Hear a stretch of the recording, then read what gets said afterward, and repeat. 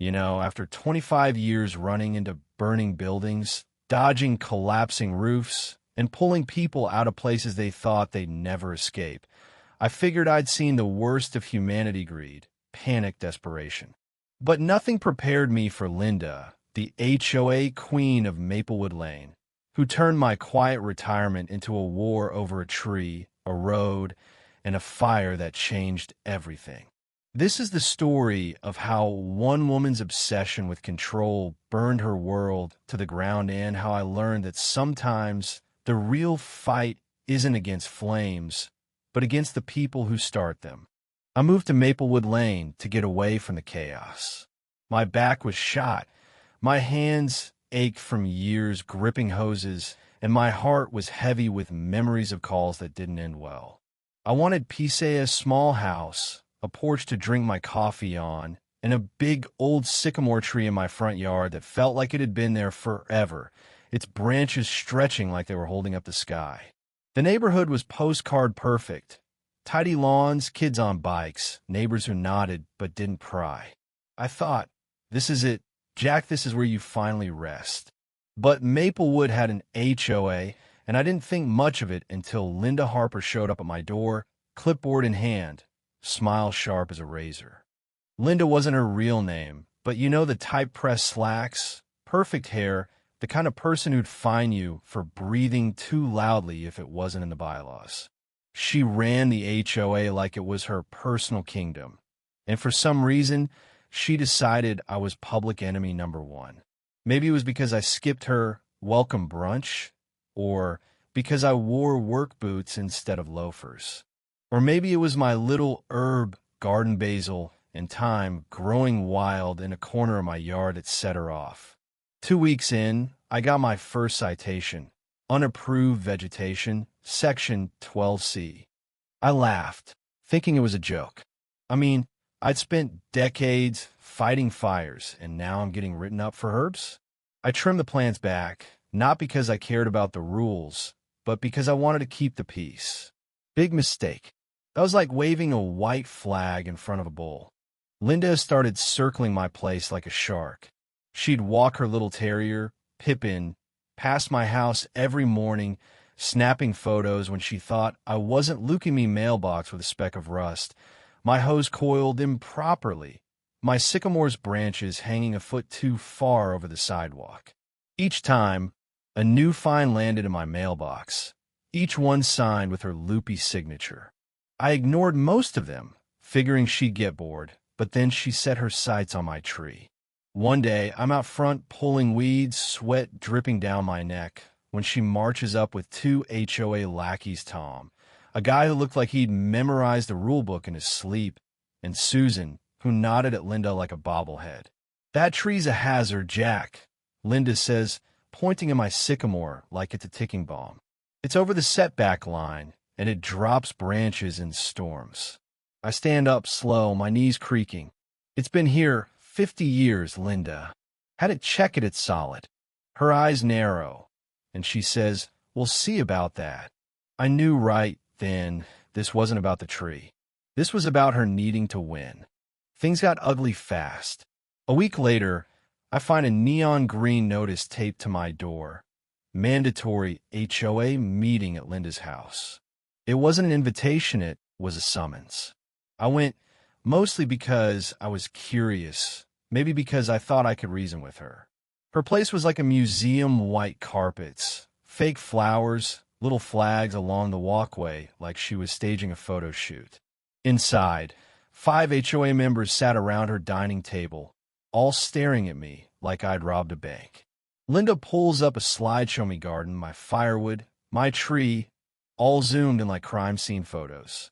"Maplewood Lane values uniformity," she says, clicking through slides. "Your property disrupts our aesthetic vision." I lean back, arms crossed. Aesthetic vision? Linda, it's a tree, not a graffiti wall. She ignores me, says the sycamore's a liability, says it's got to go. I tell her it's on my land, I've got the county plat to prove it, and I'm not cutting it down. She smiles, cold as ice, and says, "Non-compliance has consequences, Jack." That's when I knew she wasn't just annoying, she was dangerous. The fine started piling up. $200 for a landscape obstruction, $150 for setback violation, all about the tree.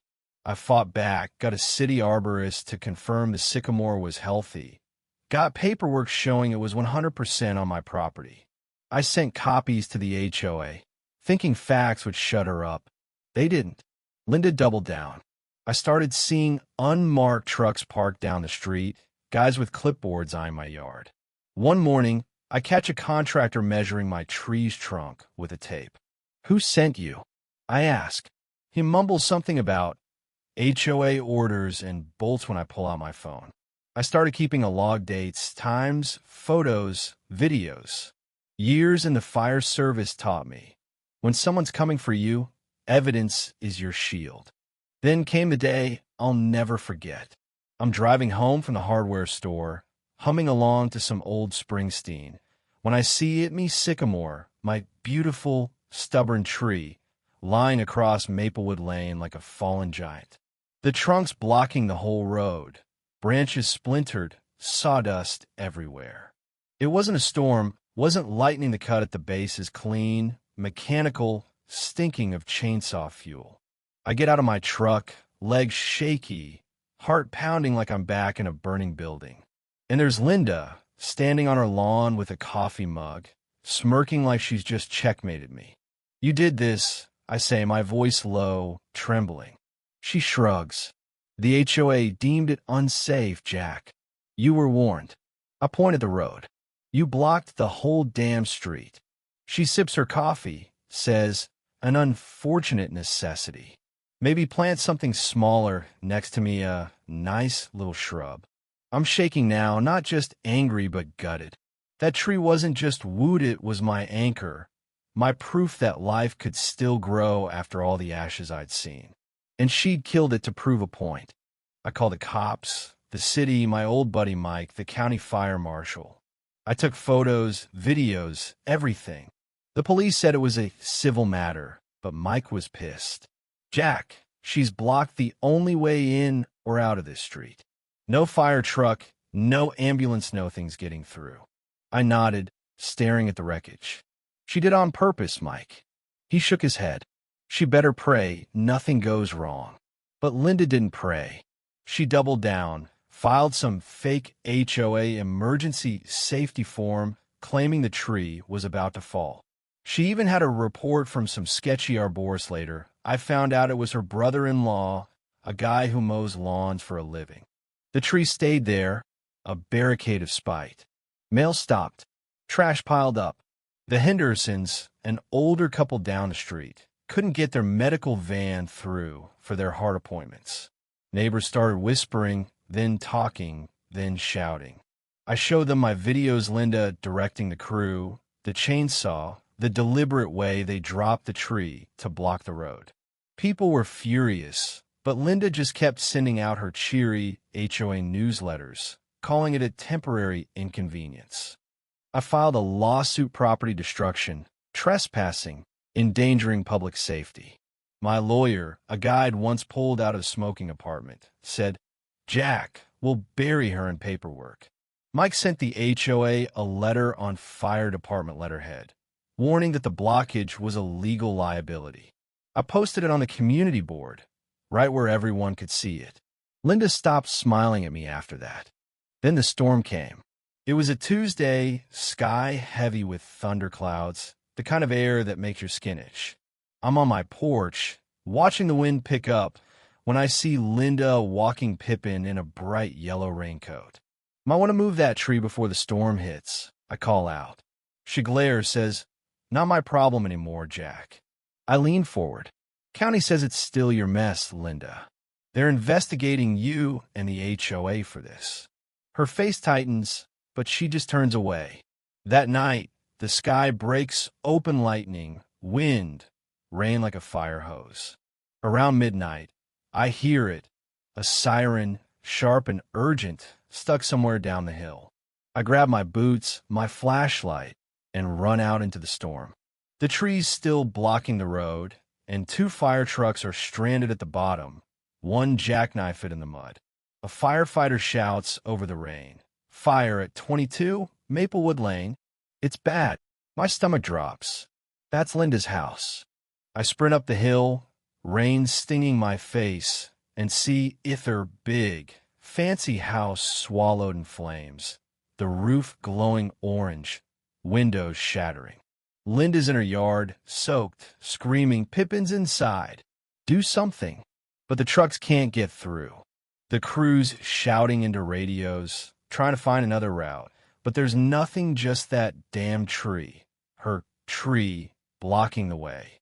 Neighbors gather, some crying, some just staring. Linda turns to me, eyes wild, and shrieks, "This is your fault." I don't flinch. "No, Linda, you did this."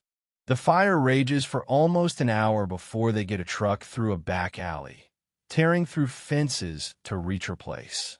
By then, it's gone her house, her perfect little kingdom, reduced to ash. Pippin, thank God, was found shivering under the deck, saved by a rookie firefighter. Linda stood there, wrapped in a blanket, mascara running, alone. The next day, the news van showed up. HOA blockade, delays, firefighters, mansion burns. My videos went viral. Linda's orders, the chainsaw, her screaming at the crew. The internet tore her apart.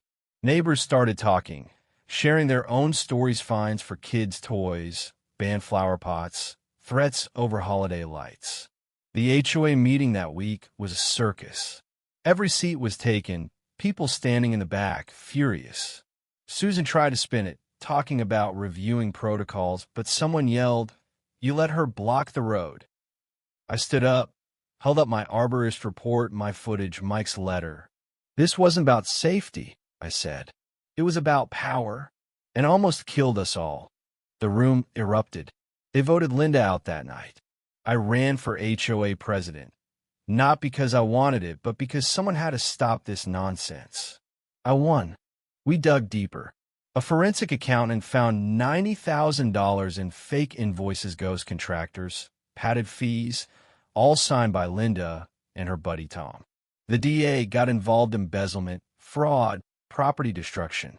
Linda's face was on the news, not smirking anymore, just tired, walking into court. She moved away a month later, her life in boxes, no one waving goodbye.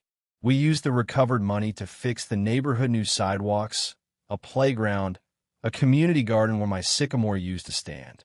We planted a new tree there, a young maple, with a plaque that reads, "For the community that fought for it." People visit it every day, planting flowers, sitting on benches, healing. But here's the thing, it's not over.